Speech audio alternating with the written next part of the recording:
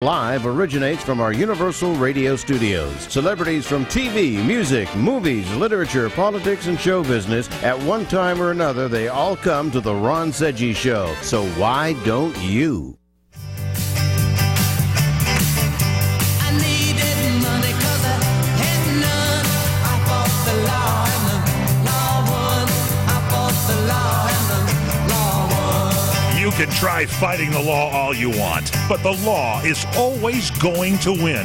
From politicians and celebrities to sports figures and business leaders, they're fighting the law. Now, here to sort out the nation's top legal news stories is America's favorite legal analyst, Royal Oakes.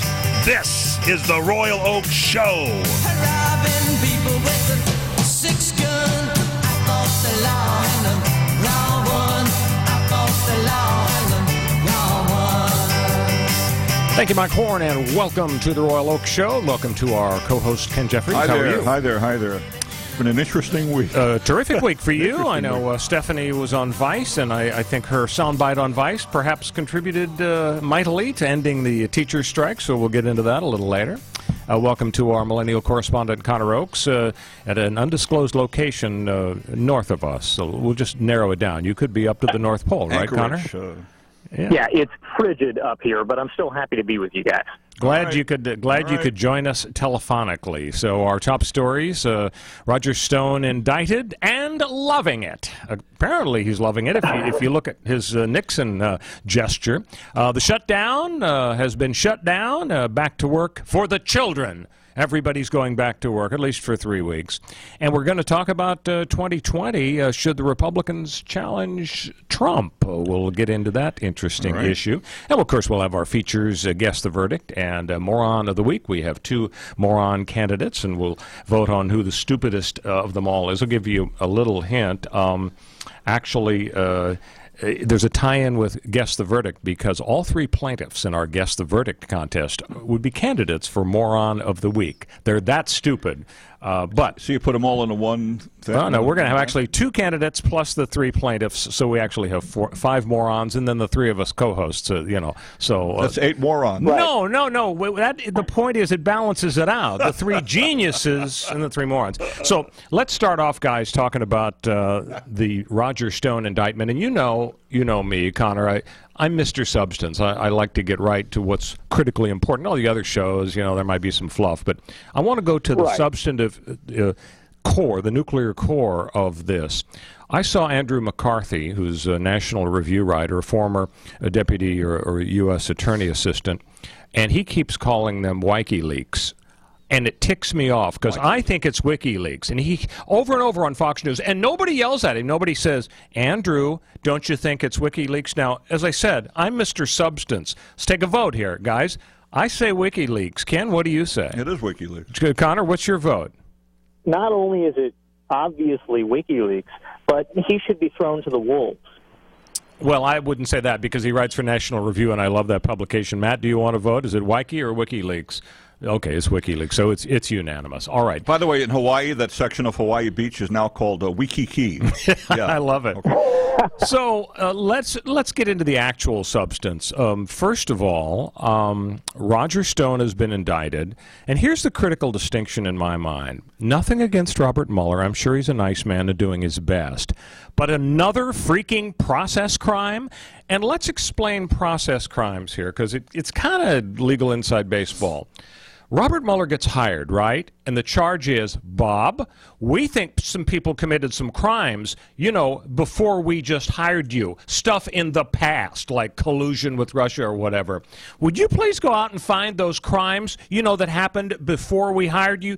Yes, sir, Mr. Deputy Attorney General, I'll get right on that. And now Mueller's been working on the job for a year and a half, 2 years. And what has he got?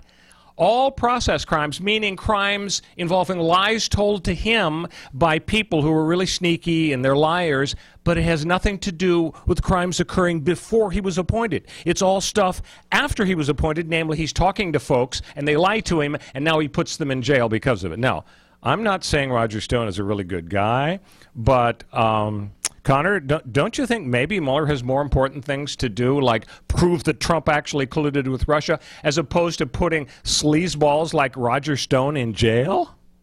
Well, so that's a very important tactic that comes up all the time. Guys like Robert Mueller, and Robert Mueller personally and specifically, are experts at flipping witnesses surrounding the kingpin, you might call him the Don of the situation.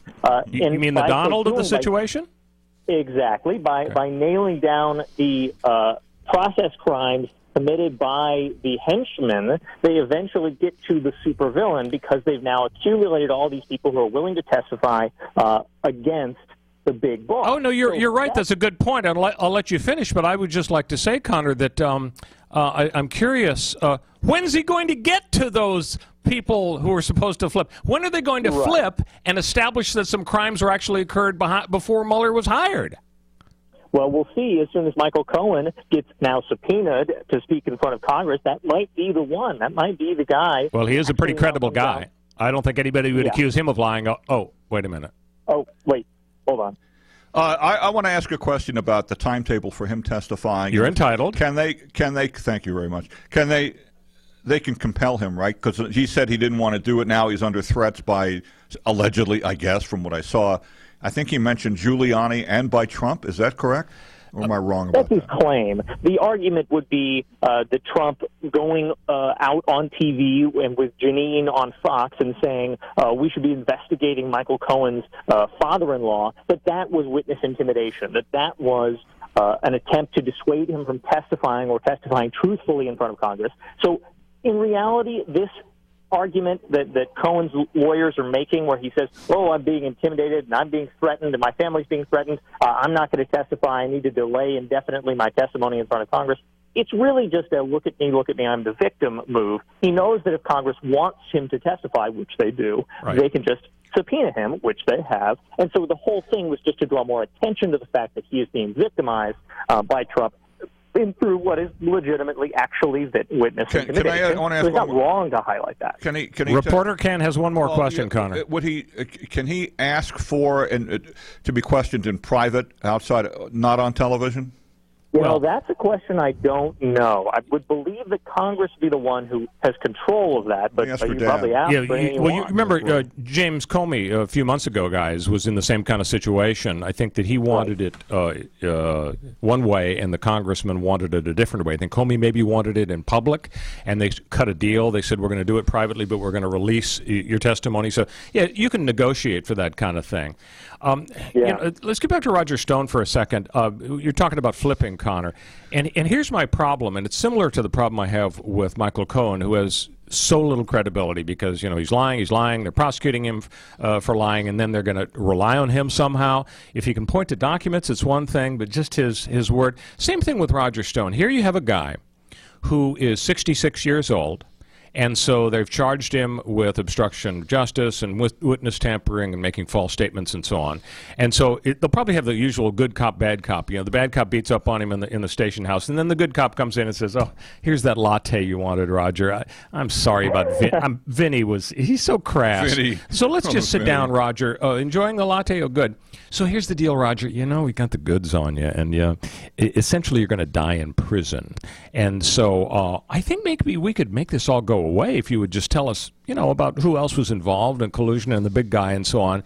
So he's going to have a huge motive to flip. Now, he may be like G. Gordon Liddy, if you believe him so far, with the Nixon double V for victory and, Hill Stonewall. He also has a tattoo of Nixon on his back. He does. He has an actual tattoo. And this isn't the henna thing he got down at Cabo San Lucas that comes off with 3 showers. This is a real tattoo. But, I would worry that either he's going to have the goods, but, what are the chances? It certainly appears, guys, that what happened is Russia steals the emails from the DNC and Hillary and so on. They give them to WikiLeaks. Somehow Roger Stone has a contact with WikiLeaks. He never actually speaks to Julian Assange, but he deals with them, and so he gets tipped off. So he gets to be the big guy and go to Steve Bannon. Hey, a tranche of emails is coming down.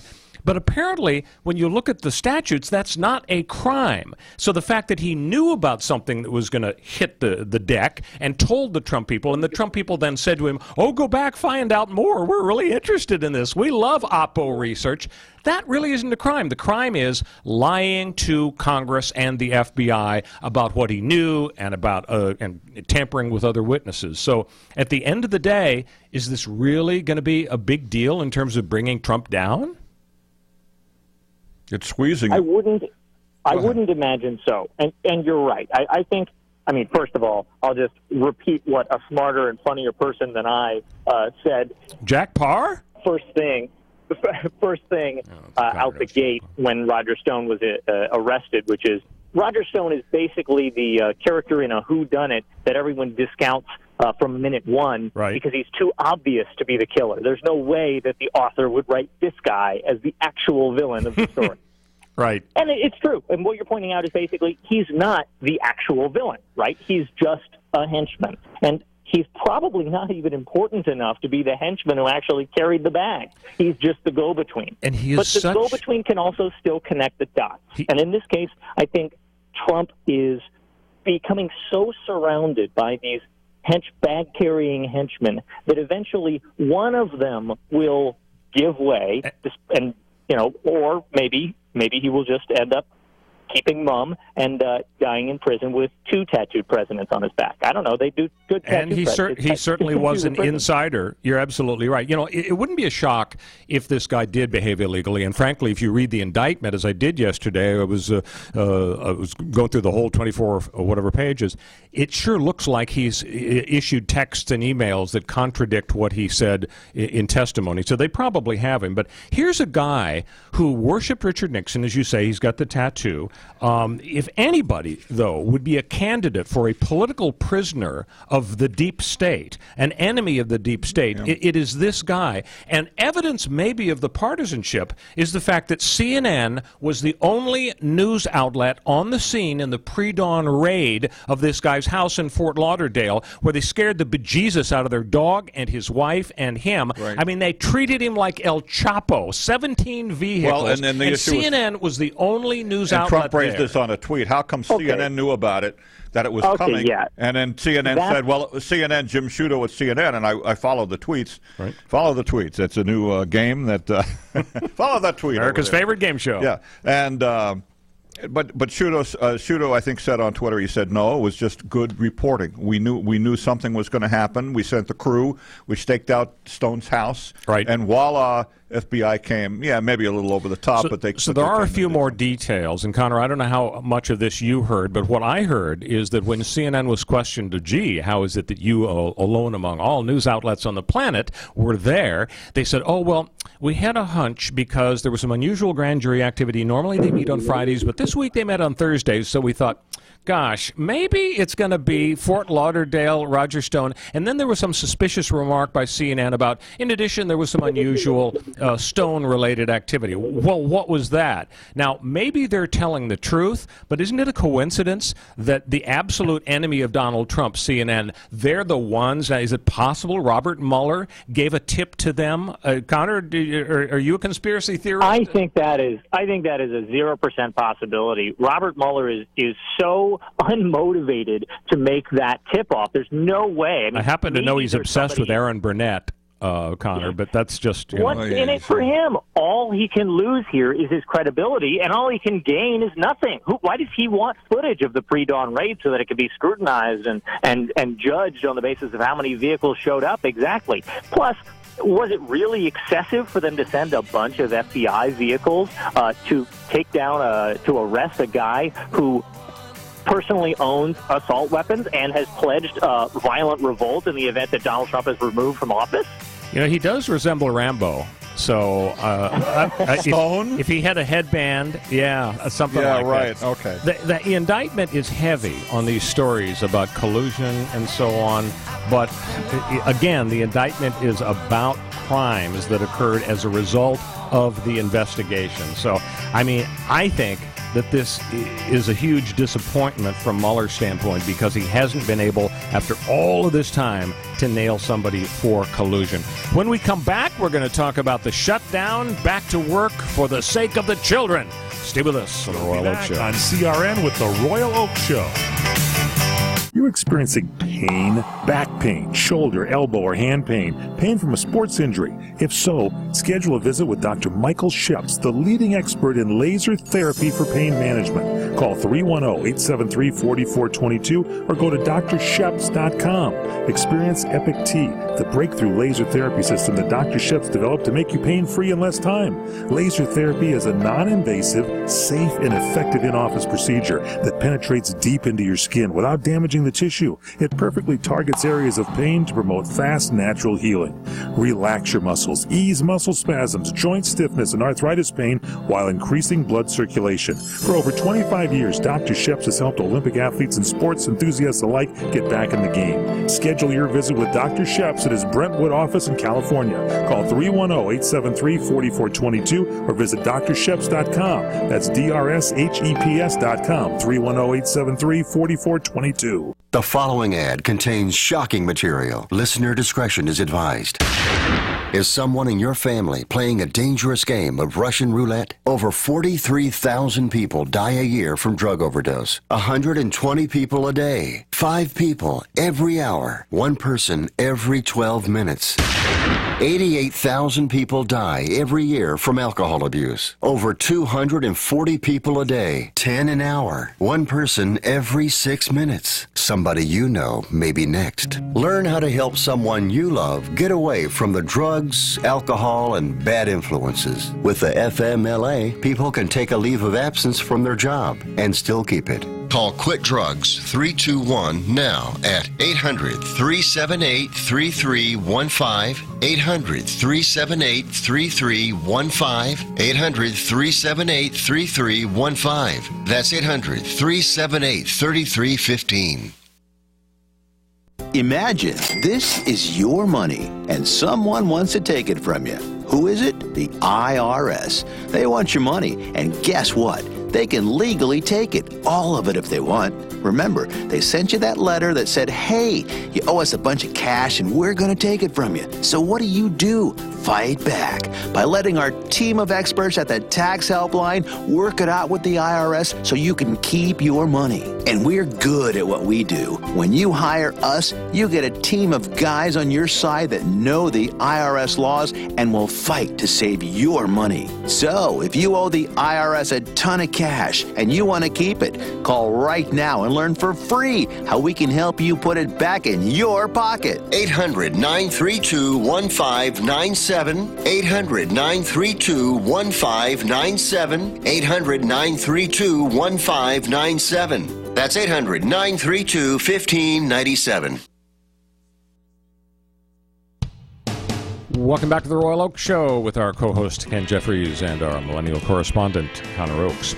So before we get to our feature, Moron of the Week, candidate number 1, let's finish off the business about Roger Stone. You had an interesting comment when we were off the air, Ken, about how Roger Stone loves to talk. Oh, yeah. And even though he's just been indicted for several federal crimes that could put him behind bars for the rest of his life, he went on Tucker Carlson last night. Yep. And Connor, I don't know if you saw the show, but I don't know that he really hurt himself. Yeah, I'm not sure what he said. I didn't watch that either. I did watch it, and he didn't get into the details. The danger if you talk when you're under indictment, your criminal defense lawyer says, no, shut up, let me do the talking, because you never know if you're going to say something that is going to help the prosecution. They're jotting down every single syllable. But as Ken was saying, this guy absolutely loves the limelight. And if you noticed when he came out of the courthouse, he's wearing his polo shirt after he'd been arraigned. Yeah, and nice. he makes the Nixon gesture. And the first thing he says is a favorite line of his, which is, The only thing worse than people talking about you is nobody talking about you. And so it's like it's for him, it's oxygen, the attention, and that's been his whole career. He was a lobbyist. He is a provocateur. But I wonder, do you think, Connor, from a legal standpoint, it's kind of dangerous for this guy to be running off at the mouth when the traditional legal advice is just be quiet and let me do the talking for you? Absolutely. It's the most dangerous thing he could possibly do. I mean, even if he says, okay, obviously he could say something that implicates himself in this crime or further crimes and make things way worse. Okay, that's level 0 terrible. Next step, he could say something that's not inherently negative for himself, but could be the valuable information that is his only bargaining chip to get out from underneath Robert Mueller's thumb moving forward.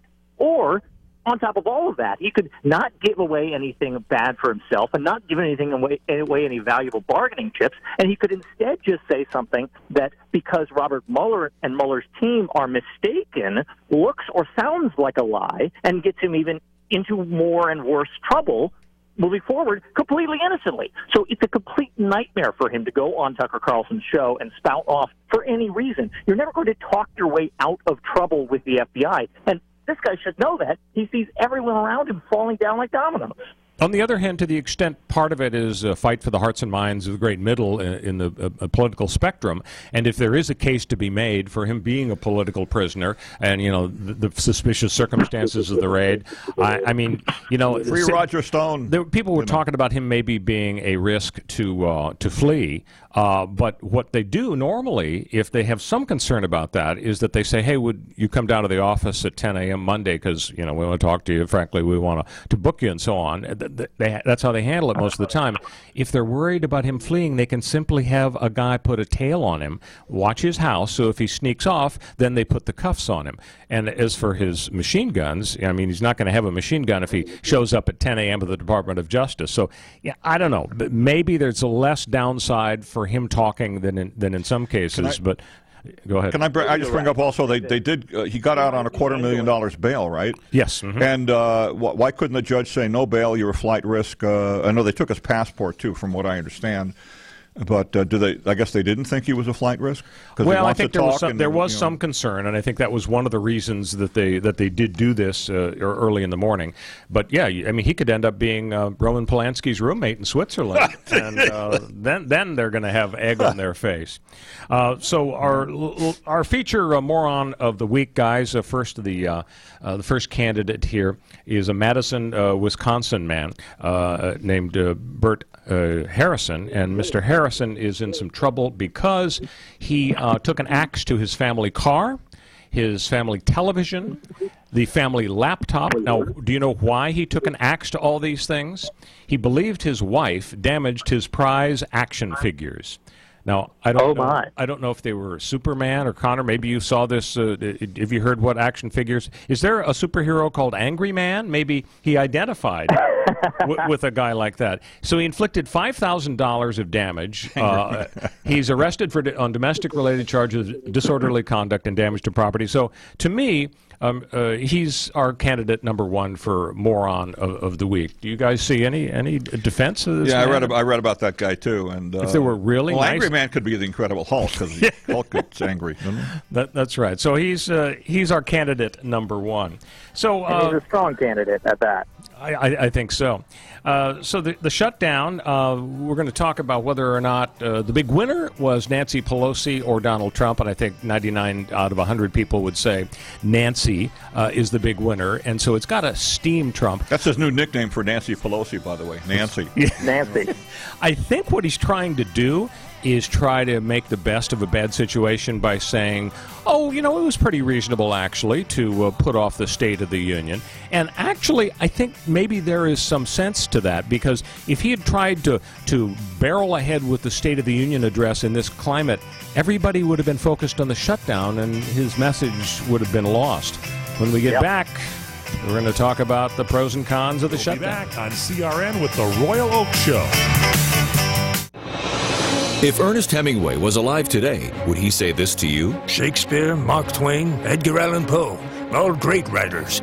And after reading your book, I simply must add you to the list. Wait, you don't have a book yet, so make a free call to Page Publishing. Their expert staff can help you turn your book idea into a real book, a masterpiece that could someday make the bestseller list in hard copy and digitally all across the world. Page Publishing can help you completely take your idea for a book, write it, and publish it. So if you want to join the ranks of some of the most famous authors in the world, call now for a free information kit. Turn your book idea into publishing gold. Make a free call right now to Page Publishing. 800-378-3212. 800-378-3212. 800-378-3212. That's 800-378-3212. We are the debt destroyer. Any debt you have, credit card, tax, student loan debt, call now to get our free report that tells you how to destroy your debt. It's a great resource. Plus, when you make this free call right now, we'll have a debt destroyer expert ready to help you. They can show you how they can help you destroy your debt and get your life back on track. Debt problems don't have to be overwhelming. You can live stress-free and debt-free. Credit cards, medical bills, IRS tax problems, even student loan debt. Learn about free programs offered by the credit card companies, hospitals, and even the government that can help you slash your debt. Call right now for free information, including our Debt Destroyer Guide, a $300 value, yours free. Call right now. 800-515-6348. 800-515-6348. That's 800-515-6348.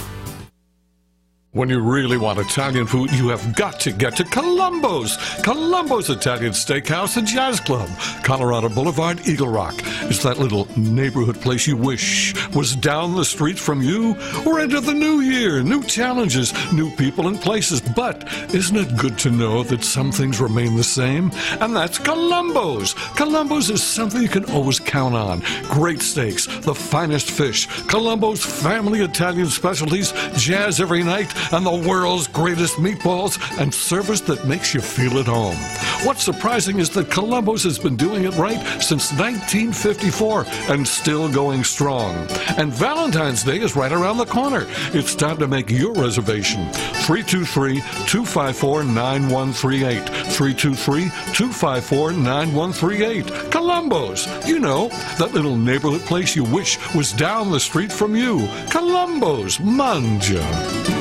The smartest way for you to get the lowest prices on your plane tickets, domestic or international, is to call SmartFares first or last, but you've got to call us before you book your plane tickets. Fly anywhere in the world, fly anywhere in the U.S., and SmartFares can save you up to 75% on your plane tickets. We have the lowest airline ticket prices on over 500 airlines, and you've got a great 12-hour free cancellation window. Plus, with our live agent help, you can always get fast help and fast answers. So on your next trip, maybe today, maybe tomorrow, how about right now? Pick up your phone and call SmartFares, plus save up to 75% on your plane reservation. So call right now. 800-915-2644. 800-915-2644.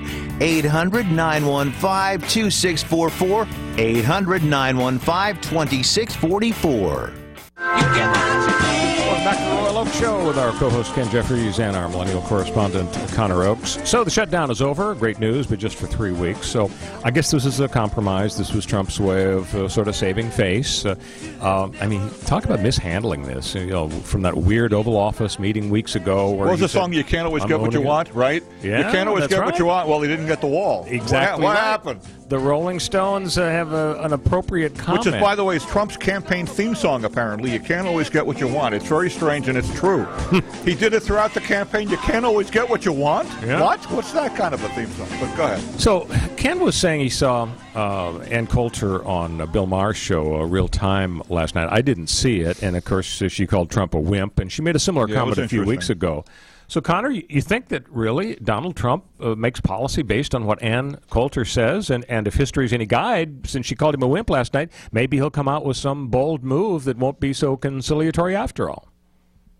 Yeah, I can totally imagine that happening. I see, first of all, I think we should send Bill Maher off into the desert with no water for his choice of putting Ann Coulter on television ever again.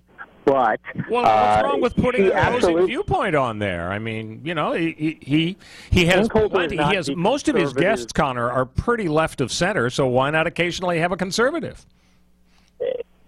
Having a conservative is just fine. Having that woman on his show at all, platforming her in any way, that woman, a waste of everybody's time. Well, a lot of some pundits are saying that she is dictating now policy. I mean, he listens to her and to Rush and to and that's why he was pushing so hard for the wall. Hey, Connor, suddenly, when you say that woman, that sounds like sex shaming to me. Yeah. If anything, the fact that Trump, that she apparently has Trump's ear in some way, is even more reason to not platform her even more, because she'll just say something crazy. Oh, Connor, I've got it. We'll put Ben Shapiro on with Bill Maher instead of her. Excellent. Okay? He's not a woman, idea. Connor. Have you heard? I will, I'll take Ben.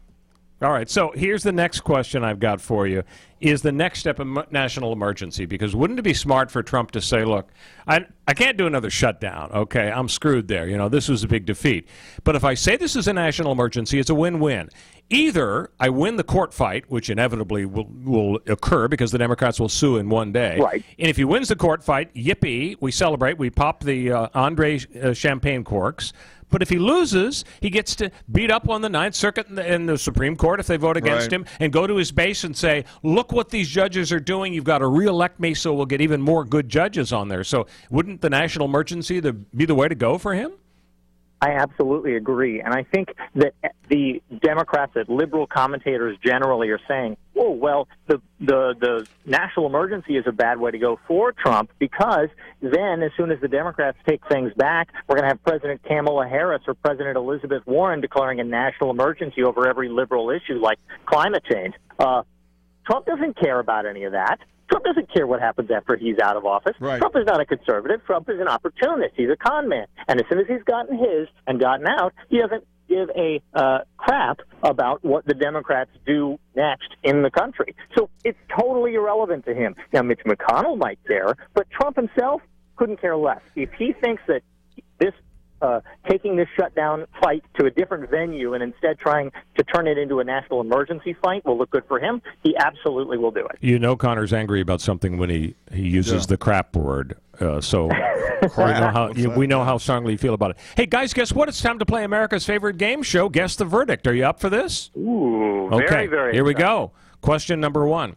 Two neighbors very much want to clip the big hedge growing between their homes, but neither one owns a hedge clipper. One owns a power mower. Apparently neither one owns a brain, because they decide to clip the hedge by hoisting the power mower up. With one man on each side of the power mower, they start to clip the hedge. It works fine until one guy loses a finger. Ooh. And he sues the power mower company, arguing there should have been a doggone warning label against unorthodox uses of the lawnmower. So, Ken Jeffries, who wins this big lawsuit, the guy with only 9 fingers or the power mower company? Probably the power mower company, because they have a big hedge fund. Thank you. I was here. I've been working on that all week. He'll be here all week. Okay. Connor, what's your vote? Who wins, plaintiff or power mower? That answer is great, but I think the guy should mail the power mower company a check for the rest of his net worth, because he only lost a finger. So thankfully, their designed, mechanism somehow protected the rest of his both hands and arms, which he easily could have lost in this scenario. So yeah, this guy should go down in flames. Right. By the way, it's a good thing Lorena Bobbitt wasn't operating that power mower. That's true. Yeah. Spoken like a good defense lawyer, by the way, Connor. Well, guys, the plaintiff won $20,000, so just think he would have won $200,000 if he'd lost both hands. Sorry. How did he win? Hey, tell it to the judge, Ken. Kathleen Robertson of Austin, Texas, guys, suffers a nasty fall, breaking several bones when she trips over a toddler who was running amok inside a furniture store. The store owners were especially angry over being sued because the toddler was Mrs. Robertson's son.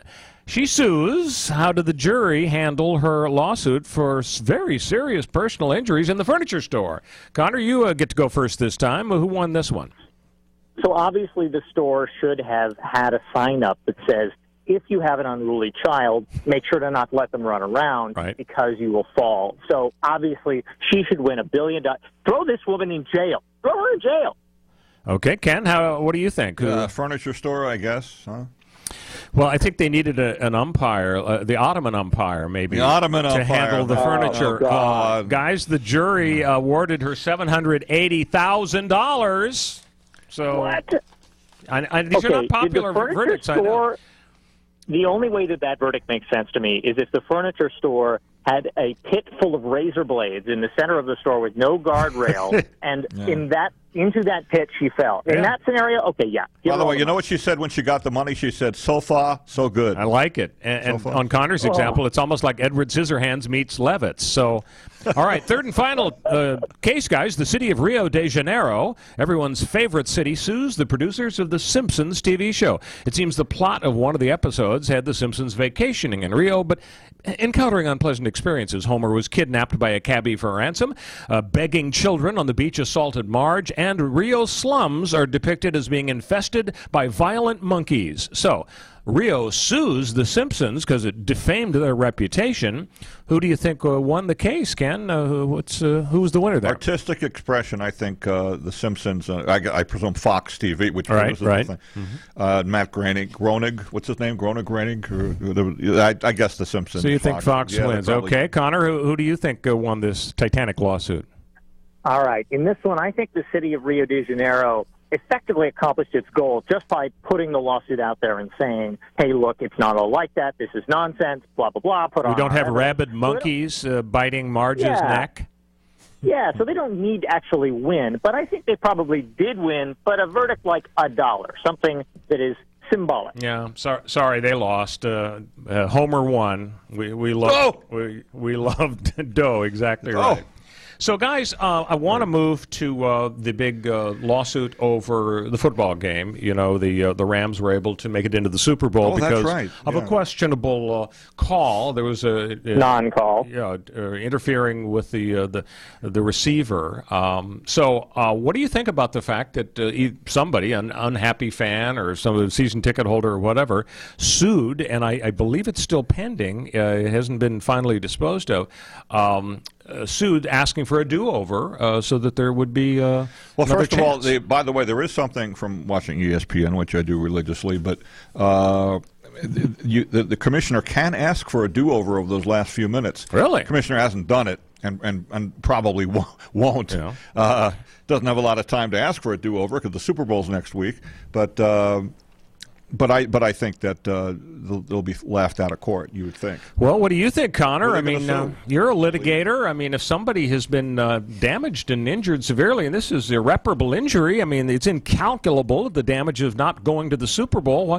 If it's a horrendous call and the NFL admits they blew it, then why shouldn't the judge step in?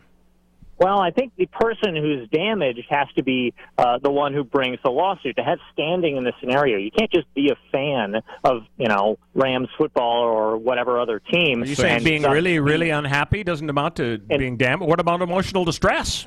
I wouldn't say that it counts as emotional distress. Usually emotional distress damages are limited to people who are, say, in the vicinity of a physical injury that happened, but they just didn't and they were in fear of being injured, and thus you can collect for emotional distress.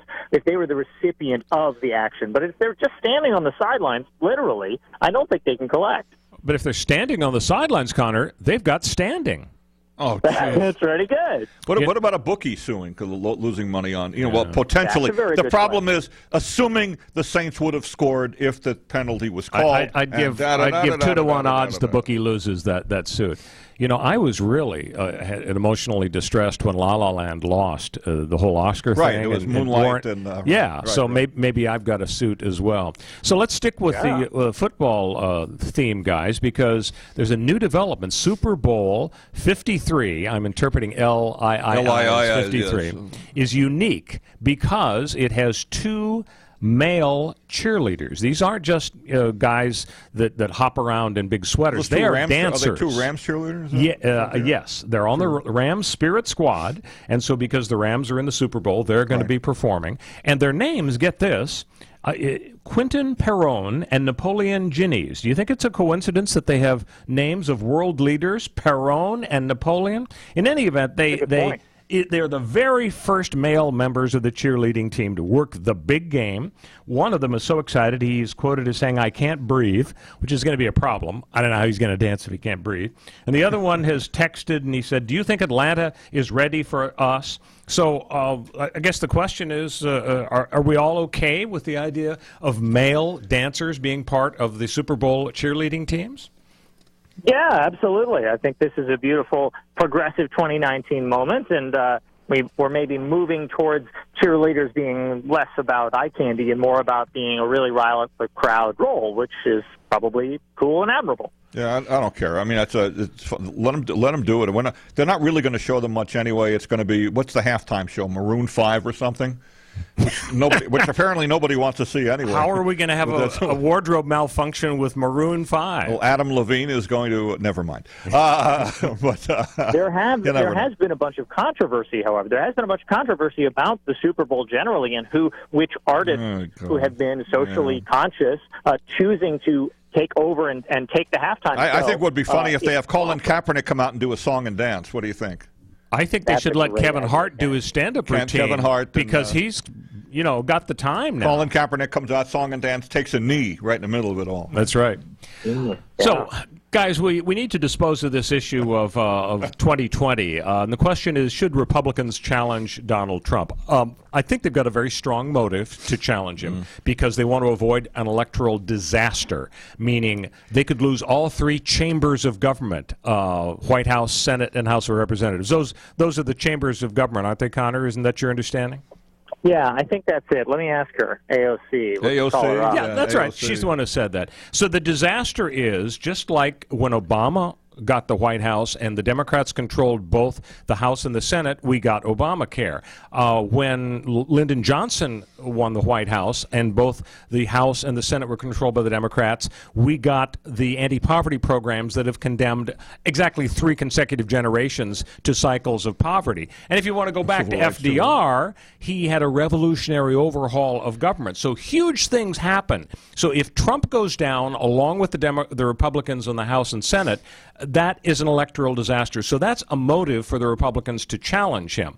The other motive to challenge him is because most people now don't like Donald Trump. His approval rating is, I think, 37 or 38%. And it wouldn't be unprecedented to challenge him. LBJ was challenged by Robert Kennedy in 68. Ford was challenged by Reagan in 76. And Carter was challenged by Ted Kennedy in 1980. Right. They all almost lost. Even Bush was challenged by Buchanan in 92. So you've got strong motives. So what do we think? Do we think somebody like Mitt Romney or Rubio should step up to the plate and say, I'm not going to mince words, I am going to declare and be an alternative to Donald Trump? Yeah, Kasich may too. Kasich was on... Kasich would love to do that. He hates Donald Trump. Who was he on? He was on, what's his face, CBS with the late night guy with Colbert. That's what. But he wouldn't declare anything. That's right. As far as I know. So what do you think, Connor? Should the GOP welcome a challenge by one of their own folks, figuring that if Trump is that unpopular, it just makes sense to get in early and start building some groundswell movement against Donald Trump? Yeah, I think that's a good idea. I think it would be basically political suicide for the actual 2020 election to do so, because I don't think that somebody who primaries Trump could possibly capture the general election and take the presidency. But it would do damage control in my mind, and I think that they would be better off in 2022 and 2024 if they did this. I think that anybody who primaries Donald Trump will lose the angry Trump base, who will feel that they have had something stolen from them by the GOP establishment. Well, they're going to be unhappy. But in November 2020, if Rubio or Mitt Romney or Ted Cruz or whoever is the standard bearer for the GOP, don't you think that the angry Trumpsters would say, well, okay, we don't like the fact that they got rid of our guy, but certainly better than the alternative. Let's assume Elizabeth Warren is the Democratic nominee. Don't you think everybody right of center would flock to Mitt Romney and vote for him as opposed to Elizabeth Warren? No, I really think that there has to be a lot of energy. There has to be a big movement, a groundswell, a wave behind the candidate for them generally to win the general election. Right. And we've already got a blue wave that's going to carry over from the midterms. We already got momentum going into the 2020 election. I think the Democrats are capturing and capitalizing on that. And to compete with that, we can't have an upstart at the last minute come in and try to primary Trump and then at the last minute become the conservative savior. I don't think the conservatives will buy it. They'll stay home. Well, I think the answer here is that the Republicans are going to wait for the Mueller report, because before that comes out, I think everything seems premature, and so they're not going to be challenging it before then. But if he is really crippled by the Mueller report, then I think they're going to be smelling blood in the water, and they're going to go after him. The problem is, just as Trump was able to overcome the 15 people because it was Trump versus 15 guys and a gal or two, here again, you're going to have a dozen people clamoring on the GOP side to replace him. So, big problem. When we come back, our second Moron of the Week candidate. Stay with us. We'll be back on CRN with the Royal Oak Show. Hi, everybody. Michael Horn from CRNTalk.com. You know, we provide you with the best in talk radio. 8 channels of talk radio, from radio on the left, radio on the right, sports talk, business talk, religious talk, Spanish talk, you name it, we've got talk radio for you. All at CRNTalk.com. Well, now we'll bring you video as well as audio. That's right. Watch your favorite shows like The Robert Conrad Show, The Fred Dreyer Program, What's Cooking Today, What's Cooking on Wine, The Lounge, and so many other shows in video right at our website, CRNTalk.com. You can also watch us on Roku. Just search CRN Talk, and you can watch us on Roku on any TV anywhere in the world. Also on Facebook Live. Go to Facebook.com/CRN Digital Talk. Facebook.com/CRN Digital Talk. Roku, search CRN Talk. Check us out on Tiki Live and at CRNTalk.com. Video for you talk fans, all from CRN Talk. Were you scammed into signing a timeshare contract? And did you miss the part that said you have to pay for your great idea? Not only for the rest of your life, but when you're not here anymore, you get to pass this turkey onto your family for them to pay for the rest of their lives. Thanks, Dad. Don't burden your family down the road, and don't be stuck with expensive timeshare payments forever. Get out of your bad idea timeshare contract guaranteed, or pay nothing. Call Resort Release today and learn for free how their timeshare exit team can help you legally exit your timeshare contract. They've helped thousands of people, and they're A+ rated with a BBB. So if you feel scammed, get mad and get out of your expensive timeshare contract right now, guaranteed. Call NOW. 800-716-9903. 800-716-9903. 800-716-9903. That's 800-716-9903. You order a glass of your favorite Cabernet, fresh asparagus, hollandaise on the side, a filet, medium rare. You unfurl your napkin with a flair, close your eyes, and prepare to listen. Ah, there it is. The sweet music you long to hear. The sizzle. The sizzle of a Ruth's Chris steak. The most magnificent corn-fed prime beef, broiled to perfection at 1800 degrees. Some call it a sizzle. We call it an anthem. As the waiter approaches, you think, is this one mine or that one? Ruth's Chris Steakhouse. Like Ruth always said, life's too short to eat anywhere else. Make a reservation online at ruthschris.com or by calling 800-544-0808. Welcome back to the Royal Oak Show with our co-host Ken Jeffries and our millennial correspondent Connor Oakes. So we identified two potential morons of the week, and we've got one, a guy who took an axe to his family car because his wife damaged his action figures. So that's a little moronic. So here's our second candidate for a moron of the week. It's the Fox and Friends folks who accidentally put up a graphic saying Ruth Bader Ginsburg was dead. They have apologized. They showed a photo of Ginsburg and with the dates 1933-2019. They called it a technical error.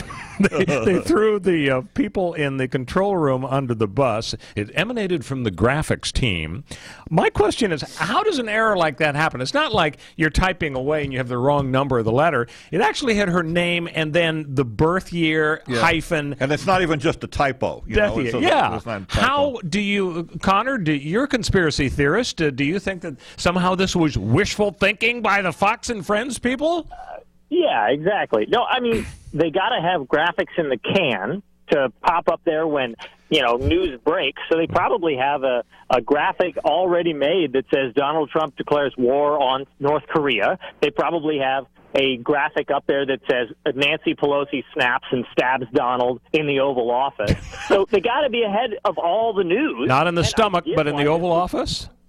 Yeah, of course. Yeah. Well, at KFWB, we used to have when I worked there, it was an old news station. We had obituaries ready to go. When Bob Hope finally, it was a false report that he had died, and I got to tell you, I'm still alive. Yeah, and then finally he passed, and we were able to run right away our instant obituary on the air. And so by the way, put him in the can. Connor, you're not here in the studio, so you can't see. When I just did my impression of Bob Hope a second ago, there was not even a flicker of recognition in Ken's face from anybody, or from Matt, or from the walls. So I think you're right, guys. I think the obituary syndrome, because it's not a real high prestige job in the print journalism to write up all the obituaries, but it is a job, and so they're in the can. So that probably was it. So let's vote. Who's the most moronic of the week? Is it the man who took an axe to his family car because his wife damaged his action figures, or the Fox and Friends folks who prematurely declared RBG dead? Can I? I'll say Take Fox. your vote. Yeah. I'll say Fox. You're going to vote for Fox. What about you, Connor? I'm going to vote for the axe guy. The fact that if he gets angry and attacks somebody else's car, that's moronic enough. But this is his own car. I'm going to split my vote, and we'll call it a tie. They're both kind of moronic. So employee rights are a hot topic these days, guys. And over in Italy, employees have some major benefits. A court has determined that it's okay to watch pornography on your computer during breaks as long as it doesn't interfere with your work. The decision comes after the car manufacturer Fiat sacked a worker a couple of years ago for watching an adult film on his personal laptop in an electrical supply room there at the office on his lunch break. Connor, are you okay with this? Do you think this is coddling perverted Italian employees? In our beautiful, glorious 2019 post-sexual future, I think we have to afford all employees these rights. Post-sexual, isn't that going to cause the birth rate to decline? Oh. Yeah, good point. What part of I'm on break do these Fiat folks not understand? If I'm not on the clock, I can do what I like. You know, Fiat actually won a separate case, a court in Rome, a lot of litigation in Italy against Fiat, said the company had a right to fire a worker who was smoking dope during his lunch break. You wouldn't be okay with that, would you, Connor? I mean, he might come back and put the lug nuts on the Fiat backwards, right? Yeah. I want my mechanics to be sober at work, but they can do whatever they want in the supply closet. Well, there's a major trend toward employee rights, so we're just going to have to live with that. There we go. Hey, we didn't get time to talk about the big pronoun rule in California. It's now a jail offense if you use the wrong gender pronoun when speaking to people in rest homes. We'll get into that next week here on the Royal Oak Show. Have a great week, folks.